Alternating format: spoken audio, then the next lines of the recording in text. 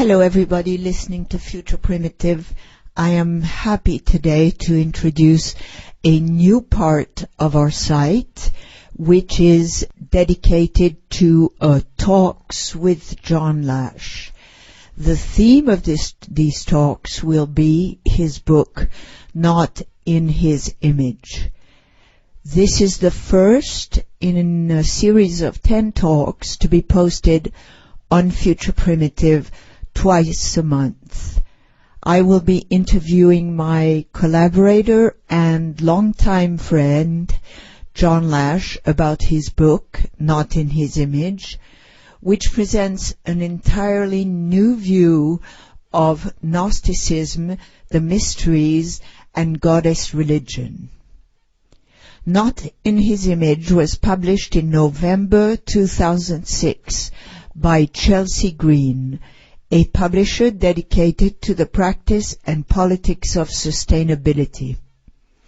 Some of you may know of Chelsea Green through their books on solar heating, earth and straw bale houses, organic gardening and other topics relating to ecology and alternative living, going back over more than 20 years.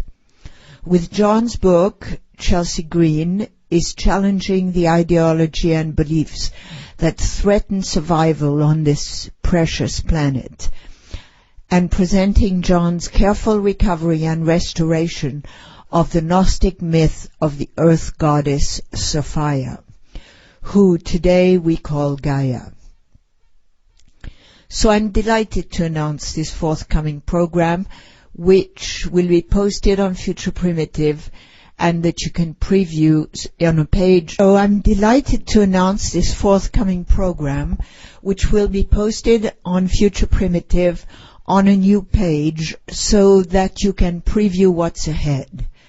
Click on Not in His Image on the menu panel to see the scheduled interviews. On February 8, 2007, introduction and overview of John's book on the Sophianic vision of the mysteries and the future of belief.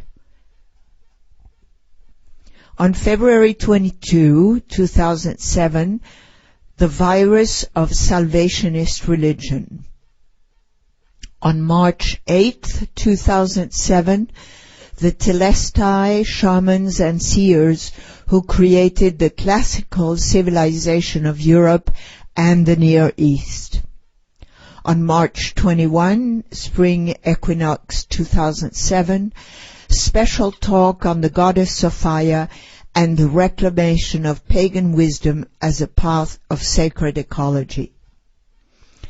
Program 5 on April 4, 2007, the extraterrestrial ET UFO phenomenon and its importance in our connection to the Earth. Today's talk centers on the key ideas presented in Not in His Image. So here I am with John on a rainy day in Andalusia. Where can we start? How about explaining the difference in your handling the Gnostic materials, especially the Nag Hammadi texts, compared to the way it's been treated by other scholars? Thank you, Joanna. This is an excellent place to start because it's a place that I consider to be of huge frustration and exasperation.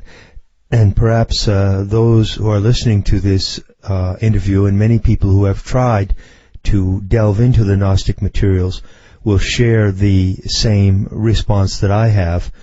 The standard translation of the Nag Hammadi text, which were discovered in Egypt in 1945, was brought out in English in the 70s, and it's edited by James Robinson. And most people have seen this book in the bookstores. It's called the Nag Hammadi Library in English, NHLE. And if you've tried to read it and you've been frustrated, then you're not alone, because it's extremely difficult to make any sense of the translations that have been made of these obscure materials. So when I began to explore this material many years ago, I was concerned about the obscurity of it, and at the same time deeply compelled by the sense that there was something very important in this information, in these ancient relics that were found in the desert. So in order to clarify that material, I think it would be helpful if I explain a little bit the difficulty of the material. There are 2 points of difficulty, and I mean difficulty not only for the average reader, but also for scholars. The first difficulty is that most of the surviving material from the mystery teachings and the Gnostics is in the Coptic language. And in my opinion, the Coptic language is not a true language that evolved from a genuine historical or anthropological basis. It seems to be more or less a kind of shorthand that was invented around the 1st century AD in Egypt. And scholars are in agreement that the purpose of this shorthand was to transcribe from Egyptian hieroglyphs into a kind of language that was resembling Greek. So in Coptic, which was a language invented in the 1st century AD, about 1 in every 4 or 5 words is actually a Greek word. And I believe that Coptic was a kind of shorthand that was used by scribes in a desperate attempt to convert and translate hieroglyphs at a time when there were fewer and fewer people who could read hieroglyphs. So apparently Coptic was invented for that purpose. But at the same time, and no scholar can explain this, Coptic was used to transcribe these Gnostic materials and these Gnostic teachings. The result of all this long story is that it's very unfortunate that this happened this way, because the Coptic language is very awkward and very inadequate. It does not encompass abstract ideas. It is very difficult to explain or elaborate fine points of philosophy and cosmology in Coptic. And nevertheless, Coptic is the language in which most of the Gnostic materials have been preserved. So, scholars, a whole team of scholars, headed by this fellow James Robinson, began to translate these Coptic materials into English in the 60s and 70s. And the result is the material that you have. And if you've bought that book, you'll find, I think, much to your disappointment, that it's practically unreadable. So, that part of the story is very important to understand. The gist of it is that we are at a great disadvantage in recovering this Coptic material because of the way in which it was transcribed. But there's also a second disadvantage, and this is where we get back to Joanna's question, which is so relevant. How do I differ in my handling of these Coptic materials from other scholars?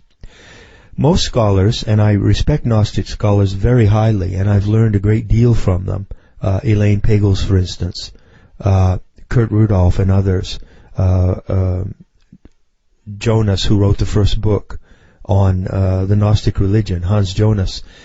The problem is that these scholars all come from a Christian or Judeo-Christian background, and unanimously they tend to view the Gnostic material as kind of outtakes of early Christianity, hence the term the Gnostic Gospels. I explain in my book that that term is quite misleading, because in fact the Gnostic materials are not Gospels that could be accurately compared to the Gospels of the New Testament. And so the main difference in my treatment of this material is that I don't view it as merely an alternative form of Christianity or early versions of Christian Gospels that somehow got edited out of the Bible. I delve into this material selectively with the intention of drawing from it particular elements which are not Christian, which are pre-Christian and non-Christian, and to a certain extent even anti-Christian.